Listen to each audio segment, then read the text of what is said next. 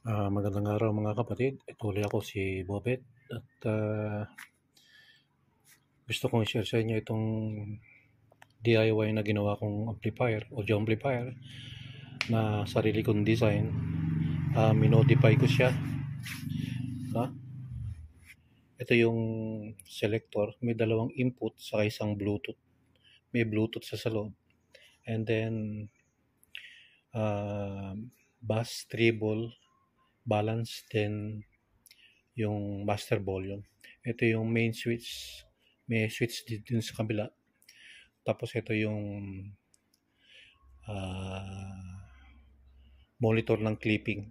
No? Pagka medyo may clip na siya, medyo nagsasabi sa'yo na warning na baba mo yung volume. No? Yan ang DIY audio amplifier ko. Sa likod, ito yung sa likod natin, meron siyang exhaust fan. No? Tinatanggal niya yung init. No? Then, ito yung output speaker, left and right. Tapos, ito yung tatlong input. Dalawang input lang siya. Isa, dalawa. Tapos, itong output na to. Kung magpaparallel ka ng isang amplifier, pwede ka magparallel. Kuha ka ng signal dito. Isang output. No? Bali, tatlo input ito. Dalawang input na RCA saka isang Bluetooth. No? Yan. Tignan naman natin itong nasa loob, kung ano yung mga pinaggagawa ko dito sa loob. Tanggalin natin itong cover. Yan. Yan na yung lahat niya, no? May gumamit ako ng tip 41 and tip 42 yung driver niya. O kaya amplifier na rin siya, no? Ayan.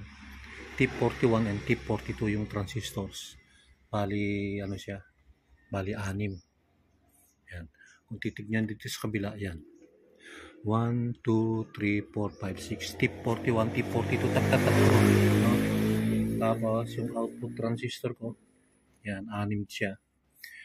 Yung equivalent ng isang transistor ay 250 watts, 250 volts, 16 ampere. Kapag binigay mo yung requirements niya, yun ang ibubuga niya. No? Yun ang maximum working voltage niya sa ampere, sa wattage niya. No? Isang channel, ito yung kabilang channel, bali dalawang channel yan, stereo. And then ito yung main capacitor niya, 10,000 microfarad, 100 volts. No? Ito yung clipping speaker protection, no? Tapos may Bluetooth siya, nilagay ko siya ng Bluetooth. Bali ito yung power supply ng Bluetooth, saka na yung clipping, saka yung monitor dito sa kabila. Yan. Kailangan kasi ng low voltage 12 volts. Yung amplifier nito, no? Bali 110 volts, ganyan. May get 100 volts siya. No?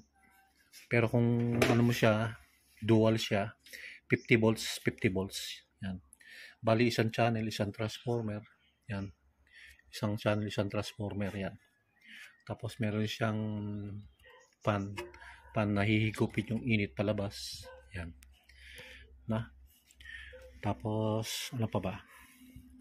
So, ang equivalent nitong ng transformer nito, 5 ampere. 5 ampere. Yung dating transformer nito, 4 ampere lang siya. Pero ginamitan ko ng 24 volts. Hindi ako nasasatisfy. Pero okay na rin. Pang-indoor lang naman eh. Tapos ginawa ko, gumamit ako ng 5 ampere na 35035. Tapos pagka dumana sa capacitor, nagiging 100 volts na, positive negative. Pero pag dual na siya, may ground, no, mahigit siyang 50 volts. Yan. So yan ang aking DIY audio amplifier. Indoor siya, no? Integrated amplifier. Pwede din naman din siyang outdoor kasi nga ang isang channel is 1,500 watts. Tapos isang channel 1,500 watts. Pero hindi mo naman magagamit kasi yung 1,500 watts kung indoor ka eh. pwede na yung mga 100, 150. Mga 50 decibel sa indoor pwede na kasi tumatagal yung pagdinig mo sa tenga. Pero pag outdoor, mahigit 100 decibel o 150 decibels, talagang kailangan mo dyan malalaking speaker. Pero sa akin nga, dahil design lang to para sa indoor, pwede rin siyang outdoor, kailangan gagamit ka ng malalaking speaker. Yan. So, yan ang DIY audio amplifier natin, no? Ang ginawa. At magandang araw sa inyo lahat. Ito nga pala yung ilalim niyan. Isang buo yung PVC. Yung PCB, no? Design ko yan. May pangalan ko. Yan. Isang buo yung PCB board na ginawa ko. Yung isang channel, saka ito yung isang channel. Tapos supply ng isang channel, isang supply ng channel. Tigisa rin sila ng bridge type diode. Hindi katulad ng mga design ng mga amplifier, iisa lang. Pero sa akin, sineperate ko sa kanila. Tigisa sila separate. Tapos may impedance na, ibig sabihin yung exhaust fan na to, tigisa rin sila. Basta isang part nito, separate siya. Yan ang design ko sa audio amplifier na ginawa ko. Yan.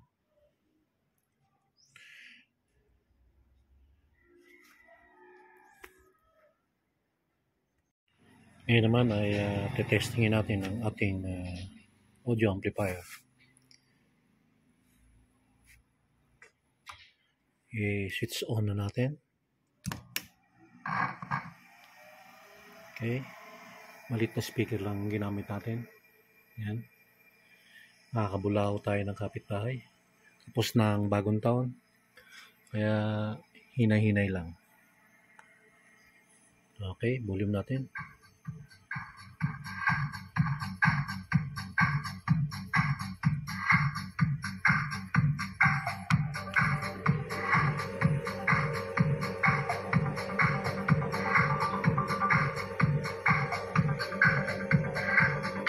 Yan ang ating audio integrated amplifier. Sumisipa siya ng maximum 1,500 watts, pero hindi natin tinutoto. Mamit lang tayo ng maliit na speakers.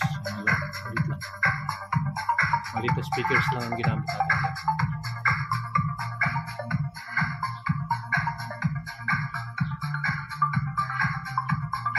Pwede pa natin todo lakas.